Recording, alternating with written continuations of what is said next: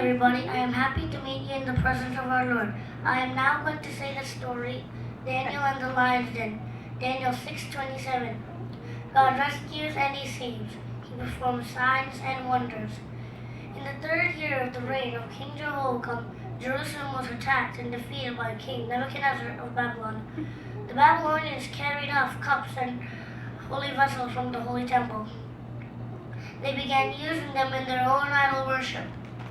The king then ordered the smartest and most handsome young men of Israel to be brought to his palace. There they would stay for 3 years, being trained to serve the king. One of these young men was a Jewish boy named Daniel. Each day, Daniel was given a portion of royal food and wine, but he refused to eat it. In doing so, he did not break the Jewish law. He chose instead to drink vegetables and to drink water and eat vegetables. When the 3 years of training ended, all of the young men were presented to King Nebuchadnezzar. Daniel was by far the smartest and most handsome of them all. That day he entered the king's service. He served for many years until King Nebuchadnezzar died and his grandson Belshazzar became king.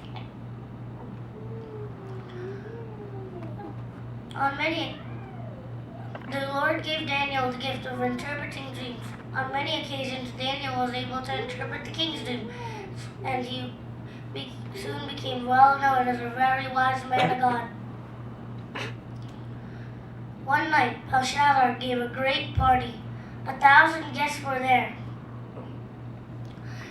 The king gave orders to bring out the gold and silver cups stolen from the Jewish temple years ago. They began pouring wine into these holy cups while they praised their false gods. The Lord was very angry. Suddenly, a mysterious hand came in the room and started writing strange words on the palace wall. The king collapsed with fear. "If anyone can tell me what this means, speak now, and I will make you third in command of Babylon." All of the king's wise men tried, but they could not read the message. Then the queen spoke. "There is a man who walks with the God of Israel in your kingdom. His name is Daniel. Call for him. He will tell you what the writing means."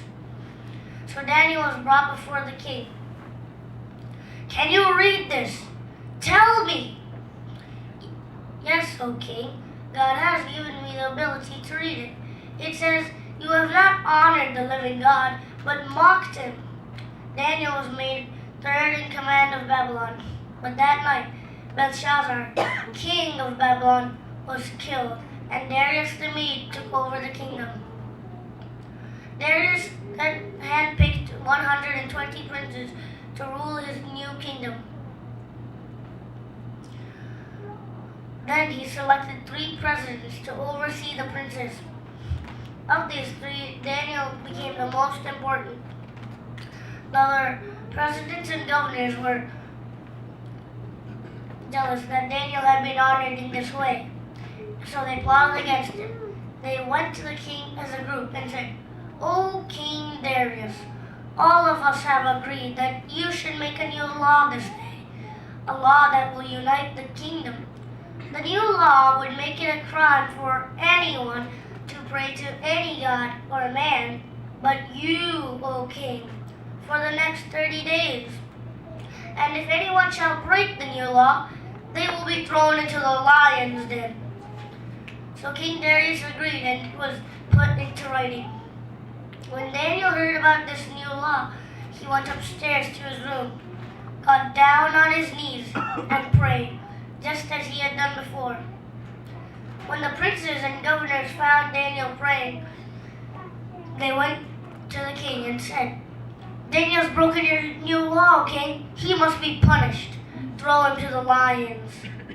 Darius did not want to harm Daniel, but these evil men had tricked him. Put Daniel into the lion's den. They took Daniel to the lion's den and threw him in.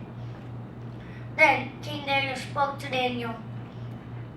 May the God whom you serve rescue you. Then they sealed the den shut. At dawn, the king arose from a sleepless night and hurried to the den. Daniel, are you alive? Has your God rescued you from the lions? My God has sent an angel who shut the mouths of the lions.